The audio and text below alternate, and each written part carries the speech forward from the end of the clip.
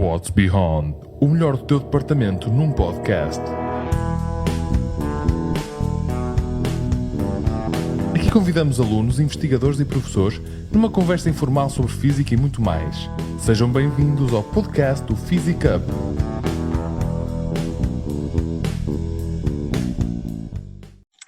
Olá, bem-vindos a mais um episódio do podcast What's Beyond. Sou a Marisa, aluna de segundo ano de Física, e hoje tenho comigo Gilberto Loureiro, ex-aluno da FCUP e atual CEO da SmartX, uma startup de tecnologia aplicada à área da indústria têxtil. Muito bem-vindo, Gilberto. Desde já, obrigado por colaborares com a Física. Obrigado. E é um prazer da nossa parte ter-te aqui hoje. Sei que também será muito interessante para os nossos ouvintes conhecer um pouco mais sobre a tua história. Para começar, saliento que o nosso convidado é natural de Barcelos, que por coincidência também é a minha terra, e portanto gostava que nos falasses um pouco sobre a tua infância e sobre o teu percurso escolar até acabares o secundário. É sempre um gosto falar com os meus colegas físicos, em especial quando é com alguém de Barcelos. Porra, Marisa, como é que eu podia recusar este convite? Mas, long story short, a família super simples, sempre morei em Barcelos, aliás, não era bem em Barcelos, era numa freguesia remota, algures entre Barcelos e Braga. E sempre trabalhei assim nos fins de semana, no verão, uma coisa assim. Sempre, minha família me ensinou sempre a trabalhar assim em sítios muito simples. Inclusive, tu és de Fragoso e um dos meus primeiros empregos era ser padeiro aos fins de semana em Fragoso. Então, provavelmente, tu ou a tua família comeram o meu pão. Mas então eu fui estudar para o secundário Ciências e Tecnologias, na altura era bom resolver problemas, matemática, e sempre estudava e trabalhava ao mesmo tempo, nesse caso em fábricas têxteis, porque a minha família toda trabalha em fábricas têxteis, meus pais sempre trabalharam, e depois no secundário, quando terminei o secundário, fui promovido, tive uma oferta de um full-time job numa fábrica têxtil em Barcelos, em que eu seria o inspetor, em que basicamente era ficar 8 horas por dia a olhar para tecido e malha já produzidos e à procura de defeitos com os meus próprios olhos. É assim um trabalho, enfim, para não dizer palavrões aqui no podcast, é assim um trabalho menos bom, e foi a motivação que eu precisava para ir para a faculdade. E pronto, foi assim que saí da vida têxtil e prometi que nunca mais queria lá voltar, mas não consegui cumprir a promessa, e agora passo a vida dentro de fábricas têxteis. Verdade. E como é que surgiu o gosto pela física e por a razão que escolheste a FCUP para realizar o curso em Engenharia Física? Certo. Eu tinha uma professora de física que gostava muito. Eu sempre fui muito curioso a resolver problemas, a tentar perceber como é que as coisas funcionam. E então estava indeciso entre matemática, física, por aí. E depois, na altura, descobri uma das lições que ainda hoje sigo todos os dias na minha vida quando tomo alguma decisão, que é escolher a decisão que abre mais possibilidades à frente. Escolher a porta que abre mais portas à frente. E quando me disseram que física, em particular engenharia física, poderia depois escolher se queria ir para matemática, para algo mais teórico, ou se ia para engenharia, ou para computadores, ou para finanças, ou para... Então, pareceu uma porta que abria mais portas, a porta mais versátil, e essa é uma das minhas regras do polegar, é escolher, diversificar, escolher a porta que te dá mais portas, principalmente se for uma decisão, o que nós chamamos de two-way doors, as portas de dois sentidos. Dá para reverter com alguma facilidade. Enfim, consigo apontar vários exemplos de outros cursos ou de outras áreas que são bastante limitativas. Tu, uma vez entrando lá, é muito difícil sair, ou vais ficar com um skill set muito preso àquele tipo de áreas. E física não é de todo o caso. Isso é, sem dúvida, o argumento principal para escolher engenharia física. Na FCUP, o Porto sempre foi uma cidade que eu gostei muito. Eu sempre tive essa ambição de sair da terrinha. Se eu fosse para Braga ia estar ali muito próximo, provavelmente não ia morar sozinho. Então o Porto era assim um equilíbrio perfeito, relativamente próximo de casa, mas longe o suficiente para ter essa experiência de morar com os meus colegas. E ainda bem que assim foi, porque acabei por morar com os meus sócios e fundámos a SmartX juntos num quarto da faculdade. Então, falando um pouco sobre o teu percurso académico, o que é que te mais interessou no curso e na vida universitária? E se pudesses, voltarias a viver esses anos de faculdade? Sim, claro que sim. Acho que toda a gente vai responder a mesma coisa a essa pergunta, independentemente do curso. Mas eu era um aluno completamente normal, no sentido de não era assim especialmente esperto nem especialmente burro.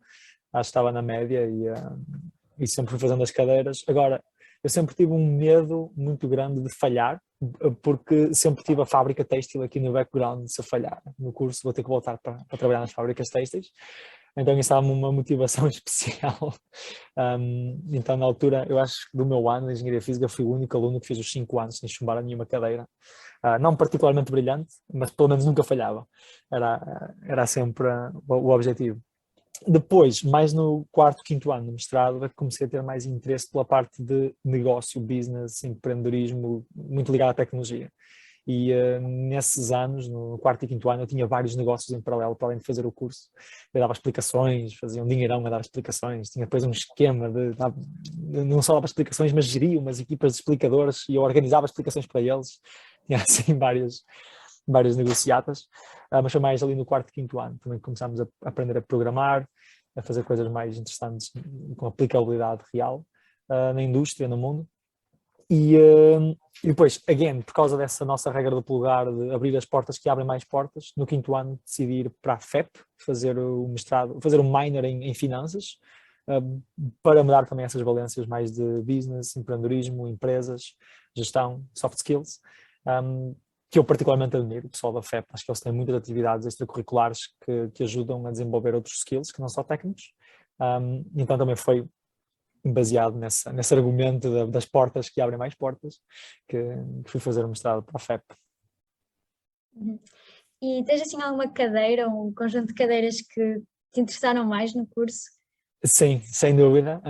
Tudo que tem a ver com programação, Python, ou com... no caso, eu gostei bastante de algumas cadeiras de gestão, empreendedorismo. Sei que normalmente o pessoal de física acha isso uma seca, mas aquilo bem feito e bem mastigado tem ali muito potencial. Mas sem dúvida que cadeiras relacionadas com programação e Python eram as minhas favoritas. Talvez por aí é que nós depois começámos a trabalhar no que viria a ser a SmartX. Foi muito nessas brincadeiras das cadeiras da faculdade. E alguma que achaste mais difícil? Bem, que difícil é um pouco relativo, o curso de Física ou de Engenharia não é muito fácil, mas é que achaste assim que era um grande cadeirão. Olha, mecânica quântica, aquele primeiro impacto não posso dizer que tenha sido fácil. Eu, por cima, nesse ano eu estava a fazer muitas outras coisas extracurriculares, e foi assim daquelas cadeiras que eu acho que hoje, se voltasse a fazer outra vez, eu não ia conseguir. Mas também não gostei particularmente. Eu sempre gostei mais de cadeiras que possa haver uma aplicabilidade prática imediata. Claro que a mecânica quântica tem imensas aplicações, óbvio. Mas, enfim, sempre gostei mais de sensores, programação, coisas mais de engenharia, engenhocas. Gostei muito de uma cadeira que tivemos na FEUP, que na altura chamava-se Circuitos Integrados, ou era assim uma cadeira de fazer PCBs, de programar microcontroladores, programar em C++. Eu sempre gostei mais de coisas com uma aplicabilidade mais direta. Mas pronto, isso foi um gosto pessoal. E consideras que o curso em Engenharia Física na FCUP e na FEUP preparou-te e deu-te todas as bases para o trabalho que exerces hoje? Deu-me muitas bases, mesmo muitas, que eu aplico todos os dias, nomeadamente problem solving, olhar para um problema complexo e conseguires pôr números em cima das coisas e tomar decisões muito analíticas e seres menos impulsivo, espiritual nas decisões, seres muito mais analítico.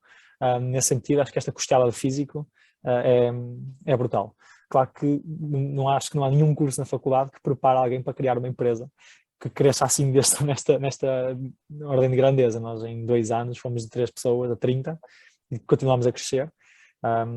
E em meia dúzia de meses fomos de 0 vendas a mais de 3 milhões e continuamos a crescer semana após semana. Então não há curso nenhum que prepare para este tipo de experiências. Mas eu acho, e uma das características que eu mais aprecio no pessoal de física em geral, é a humildade intelectual, porque nós sabemos que nós não sabemos muita coisa, né? Tu aprendes coisas tão difíceis, tão complexas e percebes que há tanta coisa que tu não sabes e vai ser difícil de me saberes, que ficas inerentemente humilde intelectualmente e vais respeitar sempre os problemas e vais fazer muitas perguntas e são normalmente, os físicos são normalmente pessoas muito curiosas, fazem muitas perguntas e que não se acham melhores do que os outros. Algumas exceções, há sempre alguns assholes em todo lado, mas em geral eu sinto isso. E então isso ajuda-me imenso porque eu levo essa humildade intelectual para os outros aspectos da vida, tipo, sei lá, lidar com investidores, levantar uma ronda de investimento, enfim, fazer um monte de coisas que eu nunca fiz e não sei fazer. Dá-me essa perspectiva de ser humilde intelectualmente e tentar beber a experiência do máximo de pessoas possíveis e depois tirar as minhas próprias conclusões. Por isso sim, diria que a teoria da porta que abre muitas portas está certa. O curso de Física prepara-nos também para este tipo de experiências. Os meus colegas, alguns deles foram trabalhar para a indústria dos jogos, outros foram trabalhar para a indústria financeira, outros trabalham em investigação, em materiais, em ótica, outros em programação. No meu caso em particular, criámos uma empresa e temos aí vários desafios da gestão de uma empresa e do crescimento da mesma. Então, mais versátil é difícil de encontrar um curso que prepare tantos skill sets diferentes, não é? Exato. Pelo que investiguei, então ainda não tinhas terminado o curso e já estavas a trabalhar naquilo que viria a ser a SmartX, juntamente com um colega de física, certo? Ouvi dizer que passavam noites a trabalhar nessa ideia, que mais tarde se tornou um sucesso, como é evidente. Podes explicar em que consiste a SmartX, como surgiu a ideia e de como foi desenvolvida? Claro. Portanto, nós já estávamos na faculdade, mais ou menos no segundo ou terceiro ano, quando começamos a fazer uma cadeira chamada Gestão, acho que foi no terceiro ano. E assim aquelas cadeiras que normalmente os físicos não gostam nada, porque é assim muito de decorar e muito simplista em alguns aspectos. E era suposto fazermos um projeto, uma ideia de negócio, um business plan, e foi aí o primeiro momento em que falámos, aquele trabalho que o Gil fazia antes de vir para a faculdade, aquele trabalho era assim uma coisa mesmo horrível, se fizéssemos um sistema de sensores que pudesse evitar a inspeção humana na indústria têxtil. Foi assim o primeiro momento em que começámos a trabalhar nesta ideia, acho que foi no segundo ou terceiro ano. E com os nossos roommates, eu e o António e mais alguns colegas, fizemos esse business plan. Mas depois tivemos interesse naquilo, depois da cadeira acabar, e continuámos a trabalhar naquilo aos fins de semana. Continuámos, depois sempre que havia uma cadeira em que podíamos escolher um projeto, tentávamos escolher algo relacionado com computer vision, com machine learning, com Python, com programação, com imagens. E foi desenvolvendo assim ao longo do terceiro, quarto, quinto ano, sempre a tentar fazer este trabalho noutras cadeiras, ou num PEC, ou entre nós aos fins de semana. E quando terminámos o curso, nós já estávamos os dois a trabalhar, eu e o António. O António numa consultora de energia e eu estava num instituto têxtil, no Cienti, em Famalicão. E já depois de acabarmos o curso, continuamos a trabalhar nesta ideia ao fim de semana e à noite, e conseguimos criar uma prova de conceito de uma câmara cheia de fita cola, que conseguia inspecionar tecido e perceber problemas quase invisíveis ao olho humano e parar os tiares e interagir com os tiares. E foi aí que percebemos, this is too big to be a part-time. E foi aí que decidimos largar os nossos empregos, investimos algum dinheiro do nosso próprio dinheiro, conseguimos atrair uma outra pessoa que acabou por ser um terceiro co-founder da empresa, que é o Paulo, que era também da FCUP, morava connosco, e foi aí que começámos a dedicar-nos a 100% a esta tecnologia, a esta empresa, e fundámos a empresa no final de 2018, e conseguimos quase instantaneamente, houve assim 3 meses em que estivemos a tentar, e depois conseguimos, após 3 meses, ir para a China, para um acelerador de startups, em que fomos aceitos. É o maior acelerador de startups de hardware do mundo, ou seja, empresas que tenham qualquer componente de robótica, eletrónica, mecânica, IoT, para fazer os componentes de hardware na China, e depois podemos desenvolver o business onde for. E esse foi o principal passo, o grande passo, que passámos de ser uma pequena empresa, uma pequena ideia fundada e com capital próprio, para sermos uma startup que recorre a fundos externos de capital de risco e que nos dá também outra pedalada e outro speed que nós não conseguiríamos se continuássemos a trabalhar com o nosso próprio dinheiro. E qual foi a razão de terem escolhido o nome de SmartX? Foi um bocado ao calhas, honestamente. Aliás, se fosse agora, acho que tínhamos feito diferente, porque há 90 mil SmartX no mundo. Nós, quando tentámos registrar a marca, subitamente percebemos que há 1000 SmartX só na Europa, muitas delas relacionadas com a indústria têxtil. Então depois começámos a mudar para uma logomarca SmartX.ai, mais recentemente, e acho que eventualmente vamos ter que ainda mudar mais, porque o nome é um bocado, é um bocado problemático. Mas como há tantas Smart Techs, ninguém ataca o nome, porque todos eles sabem que estão a copiar alguém. Então, nós quando fizemos o primeiro registro da marca, nós recebemos logo um monte de alertas que havia nomes parecidos, mas nenhuma dessas empresas quis fazer o claim da marca. Achei engraçado. Mas surgiu assim, acho que até foi numa cadeira de física, num desses projetos, num desses trabalhos que nós fazíamos, em que chamámos ao projeto, o projeto SmartX, ou detecção de defeitos SmartX, uma coisa assim. E como tem sido lidar com o desafio de encontrar investidores?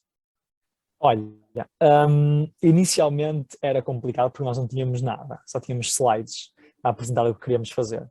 Hoje em dia tem sido muito mais fácil, porque quando tens clientes, quando tens vendas, quando tens o negócio a andar e consegues mostrar que há execução, os investidores é que vêm ter connosco. Então nós é que passamos a vida a dizer que não aos investidores e é que podemos dar-nos ao luxo de escolher os investidores.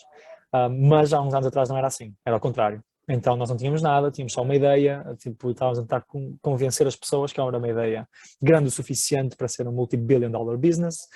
Eu fui pessoalmente aos Estados Unidos, estive lá 6 meses em São Francisco a tentar atrair investidores e não era fácil porque não tínhamos nada. Mas uma vez, agora tendo clientes e havendo utilizadores que adoram o que nós fazemos, então os investidores também adoram o que nós fazemos. Agora tem sido muito mais fácil. Aliás, eu até diria, Marisa, se me permites, que Claro. um dos motivos pelo qual nós ganhamos agora esta sessão do Web Summit é o facto de nós já termos execução. Todas as outras startups que lá estavam tinham ideias brutais, brilhantes, mas todos acabavam com um slide a dizer: nós para o ano vamos fazer isto, nós vamos começar as vendas daqui a 2 anos, o nosso mercado vai ser assim. E nós éramos a única startup ali que dizia: não, nós já estamos a vender, está aqui, fomos de 0 a 3 milhões em 6 meses e continuamos a subir exponencialmente. E eu acho que isso faz toda a diferença no mundo das startups e das ideias, porque é muito fácil ter uma ideia, mas passar de uma ideia a um produto que pessoas compram e pagam por ele é 1000 vezes mais difícil. A ideia não é nada ao lado dessa execução. E depois teres o produto e teres pessoas a comprá-lo, passar daí para teres um produto distribuído pelo mundo todo e com supply chain e com logística e pessoas a comprá-lo em vários países e a fazer as vendas sem tu estares presente, teres outras pessoas a vender o que tu fizeste sem tu estares lá, isso é um desafio completamente diferente e é 1000 vezes mais difícil do que os outros dois que eu mencionei. Portanto, se pudéssemos pôr a ideia como um percentual do esforço de toda uma empresa, ela é tipo 0,1% quando estás em fase de ter um produto e é 100 vezes mais pequeno, 0,0001%, quando estás na fase de empresa bem estabelecida. Isso é uma coisa que eu tento explicar muitas vezes até a outros estudantes que estão a começar os seus negócios ou a começar as suas ideias. É tipo, a ideia não é nada, não tenhas... Eu sei que uma pessoa quando tem uma ideia de negócio parece que é a coisa mais preciosa e não quer contar a ninguém, mas trust me, a ideia não é mesmo nada comparado com o que vem à frente. Verdade, o desafio é mesmo pôr a ideia em prática e não ter a ideia. Como avalias o impacto que a SmartX tem tido no setor têxtil? As indústrias receberam bem a ideia e aderiram ou mostraram-se um pouco reticentes?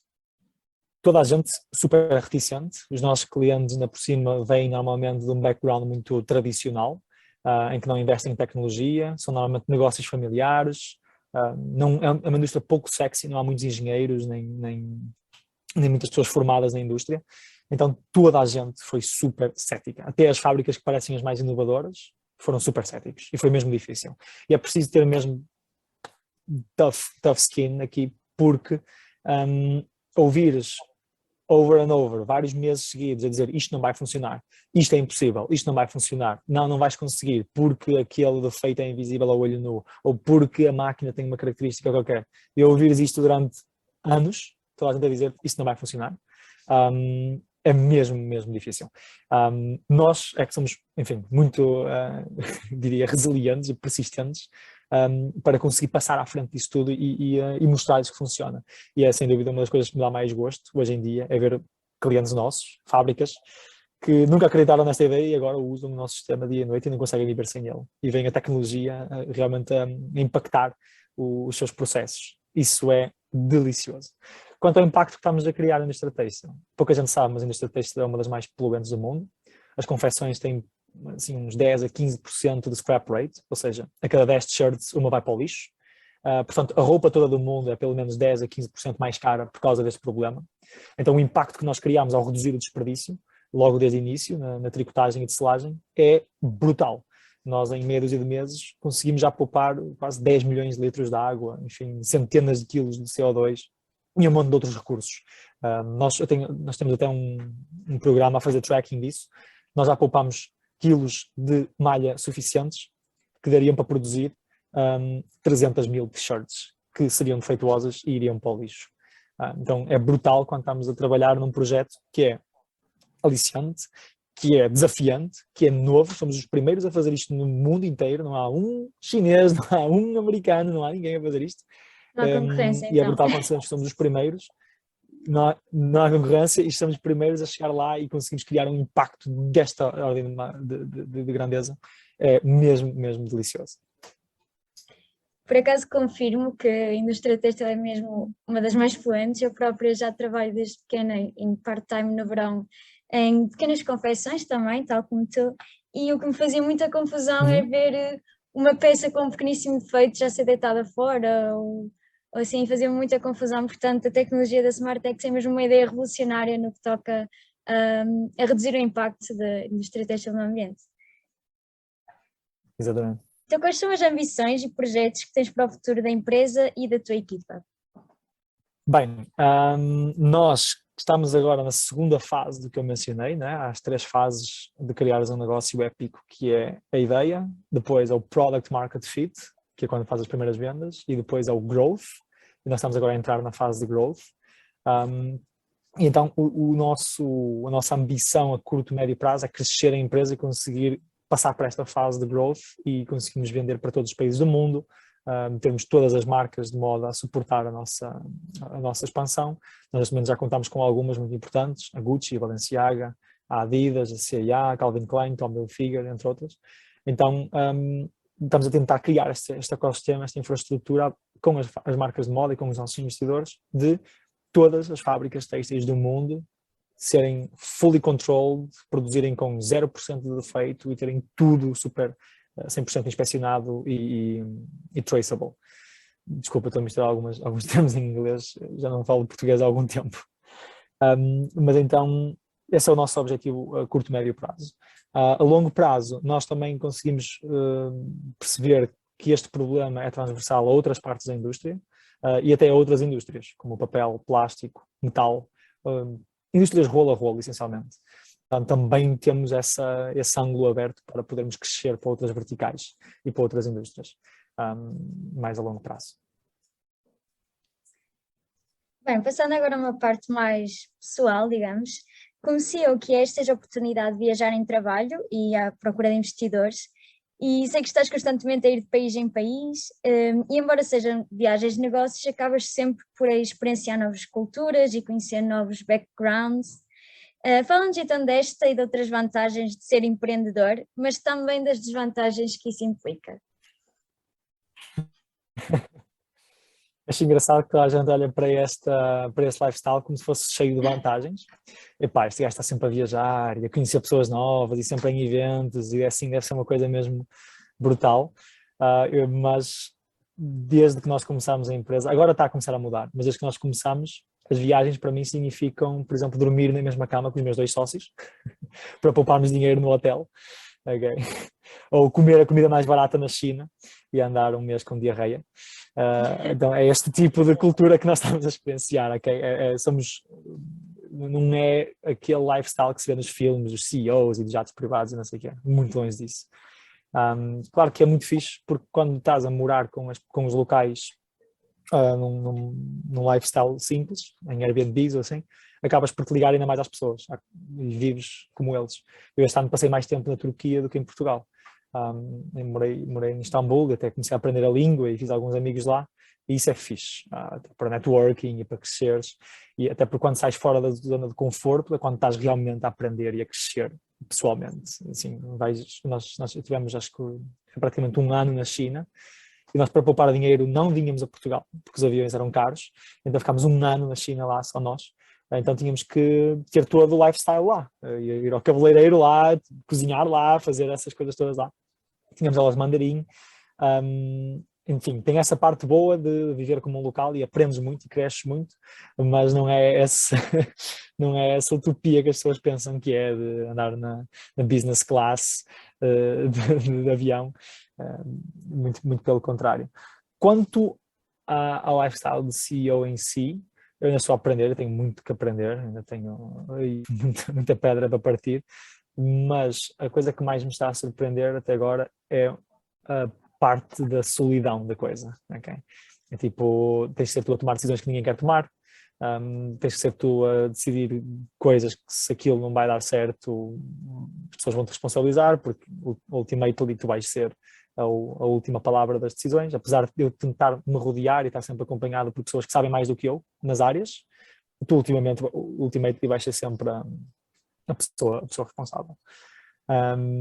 Enfim, trabalhar aos fins de semana, trabalhar às noites, na véspera de Natal, tudo isso, para garantir que as coisas não falham. O meu trabalho é garantir que todas as equipas estão sincronizadas, que as pessoas têm a visão certa e a cultura certa de para onde é que nós estamos a ir, o que é que estamos a fazer, e que estamos todos a andar sobre o mesmo ritmo e sobre o mesmo tambor. E garantir que a empresa não fica sem dinheiro também é um trabalho, quando estressante. Para já acho que está a correr bem.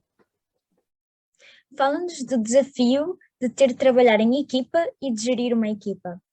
Um bocado por ser,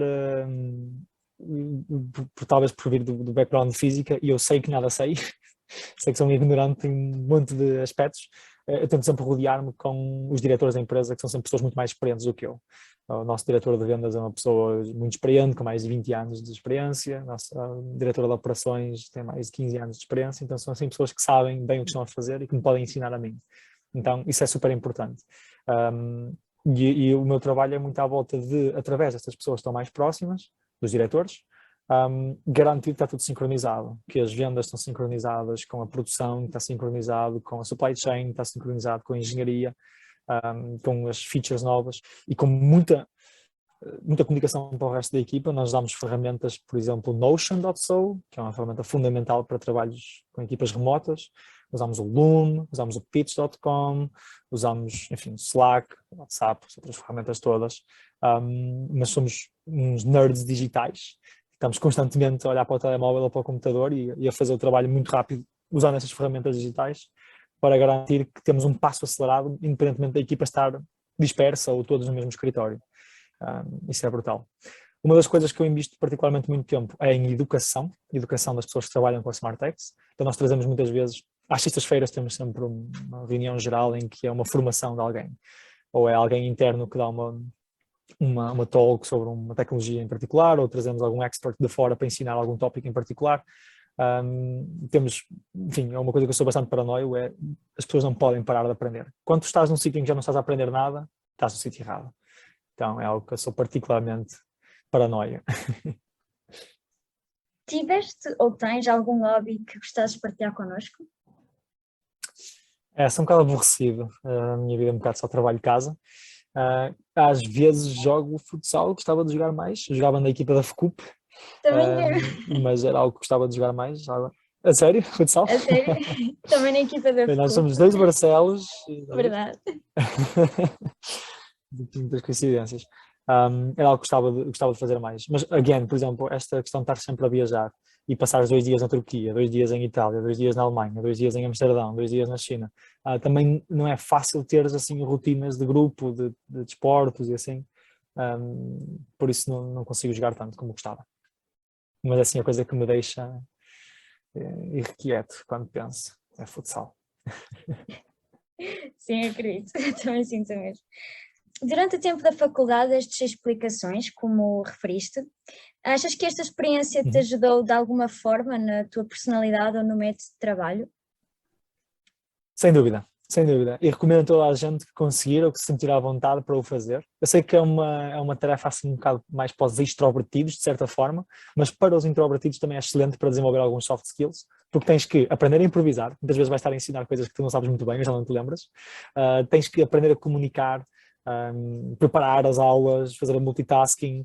Enfim, uma das coisas que nós olhamos mais, pelo menos eu a nível pessoal, que aprecio mais em estudantes, é quando eles têm outras experiências que não só estudar. Entre um aluno com média de 18 e um aluno com média de 15, mas o que teve média de 15 trabalhou num restaurante no verão, ou deu explicações durante a faculdade, eu consigo perceber muitos mais skills no aluno que teve a média de 15. Eu acho que as explicações são uma boa escola, por vários motivos, por comunicação, soft skills, preparar, multitasking, enfim, aquele desenrasque na hora estás a fazer ali uma aula ali meio improvisada. Eu por acaso preparava-me bastante bem, mas havia sempre esses momentos. E até também o facto de teres outras ambições que não é só estudar, ganhar um dinheiro extra, conseguires conciliar vida de estudante com vida de trabalho, de certa forma, e também ali até alguns skills até do próprio negócio. Qual é que é o preço que vais cobrar a hora? E se for uma aula de grupo, e se for 1h30, cobras mais um ou menos? Há aqui detalhes que te vão começar a moldar para o que será o futuro. No meu caso isso foi bastante óbvio. Eu até tinha uma estratégia na altura, eu usava várias plataformas de explicações e eu era o explicador mais caro do Porto. E o preço à hora acho que era assim 35, 40 euros por hora, por explicação. E eu achava essa estratégia mesmo vencedora, porque todos os miúdos ricos do Porto que queriam uma explicação, viam que toda a gente dava explicações a 10 euros, 15 euros a hora. Eu tinha ali aquele gajo chamado Gilberto que dava explicações a 35. Uou, este gajo deve ser mesmo muito bom. E toda a gente falava comigo. E depois também tinha outra estratégia, agora já posso dizer que já passaram muitos anos, mas era explicações de mecânica quântica, física estatística, assim coisas mesmo avançadas, mecânica dos fluidos, não sei o quê. Mas guess what? Ninguém pede explicações disso, porque tu chegas ao terceiro ano de física, já sobreviveste àquele primeiro choque, não vais pedir explicações de mecânica quântica. Pá, se me apareceu foi assim um caso raro e eu arranjei ali maneira de o desenrascar. Porque 99% dos casos eram pessoas que queriam ajudar cálculo 1 porque chegaram do secundário e estavam assustados, ou programação IP 1 e não sei o quê. Então eu colocava no meu perfil que dava explicações àquilo tudo, podia ser em inglês, em português, não sei o quê, e já agora também dava explicações a cálculo e a IP, e toda a gente ia ali para os de cálculo e IP, mas pensavam que eu era um gênio, porque dava explicações de mecânica dos fluidos e não sei o quê. Então dá também estes skills interessantes enfim, como é que o mundo realmente funciona, como é que as pessoas pagam por serviços ou não pagam, como é que podes pôr preço nas coisas, que acho que é um skill interessante que não se aprende nos cursos de engenharia em geral, de ciência. Voltando um pouco à empresa, podias explicar como funciona a política de estágios e empregos que a Smartex disponibiliza, especialmente os que são direcionados para alunos de Física e Engenharia Física? Certo. Portanto, como eu já tive a oportunidade de dizer, nós adoramos físicos e engenheiros físicos, por os motivos que falámos, intelectualidade, humildade intelectual, o problem solving, sermos rápidos, sabemos aprender sozinhos, fazemos multitasking, dormirmos pouco em geral. Há várias características que nos faz adorar físicos e engenheiros físicos. No nosso caso, porque 2 dos founders somos engenheiros físicos, nós sabemos bem o skill set que o pessoal tem da faculdade e sabemos o potencial. Então muitas vezes não é óbvio, mas nós contratamos físicos para fazer coisas que às vezes não têm nada a ver, ou aparentemente não têm nada a ver, mas que percebemos que há essa evolução. Portanto, todos os estágios que fazemos, ou projetos, ou part-times, ou estágios de verão, ou teses, todos estão desenhados para, se nós gostarmos da pessoa, nós contratarmos lá a seguir. Mesmo pessoas que estão a fazer um estágio de verão e depois voltam para a faculdade, nós normalmente tentamos manter essas pessoas ligadas à empresa através de um part-time, por exemplo, já aconteceu várias vezes, e depois, quando elas acabam o curso, efetivamente, a nossa intenção é contratá-los. Nós temos imensas áreas em que faz sentido físicos e engenheiros físicos trabalharem, coisas relacionadas com óptica, com eletrónica, com problem solving em geral. Imagina um desafio, vamos colocar agora um sistema de câmaras numa máquina completamente diferente, em que tem ali restrições de espaço, e vibração, e poeira, e conectividade de rede, é preciso uma antena especial, e não podes ligar cabos, tem que ser tudo wireless. São vários exercícios que físicos normalmente conseguem resolvê-los relativamente bem, e automatizá-los, para depois criar um processo, para depois colocarmos outras pessoas com outros perfis, enfim, a manter os processos, digamos assim. Machine learning, programação, web development, data analytics, enfim, até fazer slides. Nós, por exemplo, temos vários projetos relacionados com gerar materiais para enviar às fábricas têxteis, para os trabalhadores das fábricas têxteis e os patrões saberem quanto é que estão a poupar. Então temos aí projetos de fazer slides automáticos, em que lançam os dados de Excel a partir de de um fecheiro Excel qualquer, que vai buscar um SQL qualquer e que gera uma apresentação bonita, maravilhosa, com um design maravilhoso e que sai automaticamente para um e-mail de um cliente. Este tipo de exercícios acontecem. Então, todos estes projetos, nós fazemos questão de abrir teses, ou projetos, ou estágios, ou part-times, e muitos deles que nem sequer estão públicos na nossa página, eu recomendo vivamente ao pessoal de Física e Engenharia Física a candidatar-se na mesma, nem que seja a dizer, olha, pá, eu não gosto de nenhum dos projetos que está aí público, mas eu tenho este skill set assim, assim, assim, eu gostaria de evoluir mais numa carreira, sei lá, JavaScript, Web, React, JS, alguma coisa, o que é que tens para mim?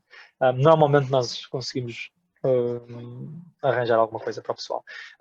Alguns dos físicos que me estão a ouvir provavelmente candidataram-se no ano passado e nós não abrimos as vagas, porque o ano passado éramos só uma equipa para aí 10 pessoas e não tínhamos tanta largura de banda, mas agora temos muito mais. E faço questão de atrair mais físicos e mais físicos, porque acho mesmo que há um excelente fit entre a empresa e o curso. Quanto mais não seja, para o pessoal sair da faculdade, estar numa empresa, neste caso uma startup, um rápido crescimento, que é uma empresa um bocadinho diferente de uma corporação, de uma Sonai, ou de um Inesco, ou de outro tipo de ambientes, sei, empresariais.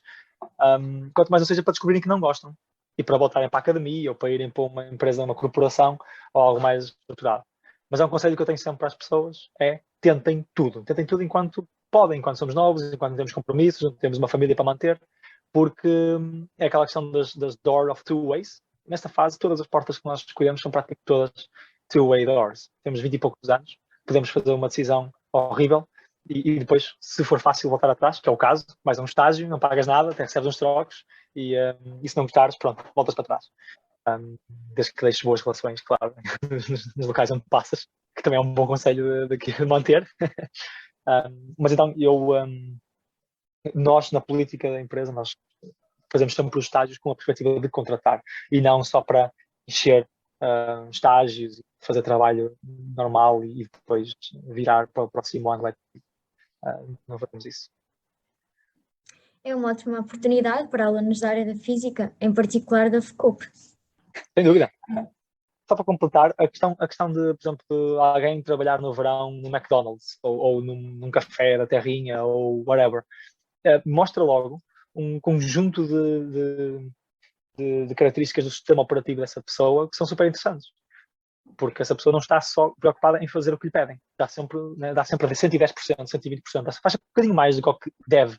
Então, ter este tipo de experiências no currículo, se calhar no primeiro ou segundo ano, se calhar é muito cedo, apesar de nós termos aqui pelo menos um estágio, que agora é part-time, que é um aluno que está no segundo ano de Física, por acaso. Mas pelo menos ali no terceiro, quarto, quinto ano é obrigatório, porque para tudo, porque vais aprender, se gostas ou se não gostas, vais desenvolver um skill set diferente, vais ver o que é a vida por dentro de uma empresa que está sempre a contratar pessoas e a fazer apresentações e no Web Summit e a ver os investidores a virem aqui ao escritório e falares com eles e perceberes como é que é a dinâmica de uma empresa que é mesmo diferente do meio académico ou de uma corporação. Uma corporação, muitas vezes nem conheces o teu chefe, ele não sequer sabe o teu nome. Então é uma coisa completamente diferente. Eu acho que é mesmo interessante. E claro que estou a puxar a brasa à minha sardinha, óbvio, mas é mesmo interessante as pessoas conhecerem este ambiente para pelo menos saberem se gostam ou se não gostam e depois move on e no ano seguinte fazem outra experiência no Inesco ou whatever. Mas acho que é mesmo importante e é o conselho que eu mais gostava de passar ao pessoal de Física, é que tentem tudo o mais cedo possível. Nós somos super bons a resolver problemas, mas muitas vezes temos um pouco o estereótipo de sermos nerds e que não queremos sair da faculdade e que conhecemos bem um professor até gostamos dele e queremos fazer a tese com ele e depois o doutoramento e o pós-doc e não sei o quê, e nunca vamos conhecer outras coisas. Normal, ninguém fazer tese e pós-docs e doutorados e não sei o quê. É bom pelo menos experimentar outras coisas antes de decidir isso. Né? Porque fazer, por exemplo, fazer um doutoramento. Claro que é uma decisão two-way, não é mesmo? Podes fazer doutoramento e depois quando acabares vais para a indústria, é verdade, mas é uma decisão de 4 anos. Então, seria bom já saber o que é uma empresa, o que é uma startup, o que é uma corporação, ou o que é outra coisa qualquer, antes de fazer uma decisão de 4 anos. Então é o principal conselho que eu gostava de passar para os alunos. Venham estagiar para a Smartex para pelo menos descobrirem se gostam ou se não gostam, ou para outra empresa qualquer, antes de tomarem decisões de vida, principalmente mais no final do curso, em que começam a estruturar aí o que é que vão fazer para o resto da vida. Para além disso, gostavas de deixar mais uma mensagem para os alunos de Física e de Engenharia Física? Conselhos, dicas que os permitam alcançar os seus objetivos no curso e ter sucesso no mercado de trabalho? Sim, como falei agora, fazer muita coisa, fazer muitas experiências, não só limitarem-se a fazer o curso, aprender outras linguagens de programação, tentarem entrarem em estágios ou trabalhos, nem que não recebam nada, mas que vão programar, sei lá, em Java ou Node.js ou whatever, para aprenderem as skills. Escolher sempre as portas que abram mais portas, a regra do lugar número 1. Isto, nas finanças, o pessoal de finanças chama isto de ter opção. Há uma coisa que podes comprar nos mercados financeiros, que é uma opção de compra de uma ação de uma empresa. É um papelinho que tens na mão e que, se quiseres, podes executá-lo. Podes comprar aquela ação por um preço X. Se a ação subir muito, boa, estás bem, porque vais comprá-la pelo preço inicial que tinhas combinado e depois vais vendê-la logo no dia a seguir pelo preço atual dela. E no mundo real isto chama-se uma opção real. É ter a opção de poder escolher alguma coisa. E tu é que decides quando é que moves. E então isso é uma outra característica, um outro mindset que é importante de se ter, que é tentar manter sempre a opção do nosso lado, escolher as coisas que me dão a opção de eu depois escolher o passo seguinte. Por exemplo, numa carreira, se souberes programar, tens a opção de escolher muitos empregos. Podes depois escolher ou não fazê-los. Se calhar não queres nunca trabalhar numa empresa de informática ou a fazer algo relacionado, mas se souberes programar, podes pelo menos escolher isso. Podes sonhar em fazer isso, se te apetecer. Isso é uma opção real e tem valor. E outra coisa é a diversificação do risco. Também é muito ensinado na indústria financeira e que também pode-se aplicar à vida real.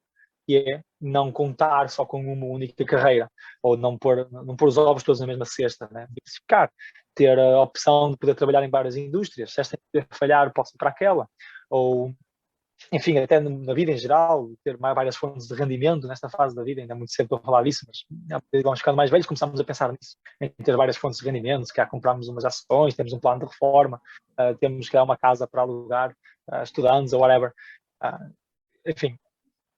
Portanto, diversificação e as opções reais e fazer decisões que sejam reversíveis, as two-way doors. Acho que estes seriam os 3 principais conselhos que eu tenho seguido à risca desde muito pequeno, e que não me arrependo nada e que só posso recomendar. Para terminar, poderia perguntar-te o que dizem os teus olhos, mas não vou fazer isso. Em vez disso, já elogiaste aqui muitos físicos ao longo deste podcast, mas queria que dissesses, assim, resumidamente, o que achas de mais excepcional num físico? Humildade intelectual. Saber que somos ignorantes. Saber que não sabemos. Acho que é a principal característica que mais aprecio e em geral nos seres humanos. Depois tudo aquilo que falámos de ser bons a resolver problemas, sei lá, parece um problema qualquer que aparentemente não tem nada a ver com matemática, mas nós somos particularmente bons a olhar para o problema e a começar a pôr números em cima das coisas e probabilidades em cima das coisas, e as decisões começam a ser bastante analíticas e racionais. É algo que eu reparo várias vezes nos desafios do dia-a-dia. Saber sistematizar processos complicados, mas acima de tudo, humildade intelectual. Saber as nossas limitações. Acho que é muito raro encontrar assim, físicos bons, arrogantes. Há sempre exceções, mas é muito raro. Ao passo que em outras engenharias é muito mais comum. Já é muito mais comum. Principalmente engenharias mais generalistas. Nem estou a falar das mecânicas, nem das civis, nem das informáticas. Há certas engenharias que são super generalistas. Não quero apontar nomes, senão ainda vou ganhar aqui inimigos. Mas há engenharias que aprendes um bocadinho de tudo. Um bocadinho a programar, um bocadinho daquilo, um bocadinho daquilo outro. Fluidos, não sei o quê. Mas não sabes nada em particular. E eu já tive várias experiências na minha vida profissional de tropeçar em pessoas que vinham nessas e pensavam que sabiam tudo, com uma arrogância impressionante para os níveis de ignorância desses indivíduos naquelas matérias. Então foi aí que eu comecei a valorizar mais e mais físicos e engenheiros físicos, que eu tanto gosto. Pronto, e é tudo. Muito obrigada, Gilberto, por este momento. Nada, Maria. Resta-me desejar-te boa sorte e muito sucesso na tua empresa. Obrigado e boa sorte aí para vocês para acabar o curso sem chumbar a nada, hein? Obrigada. Good luck.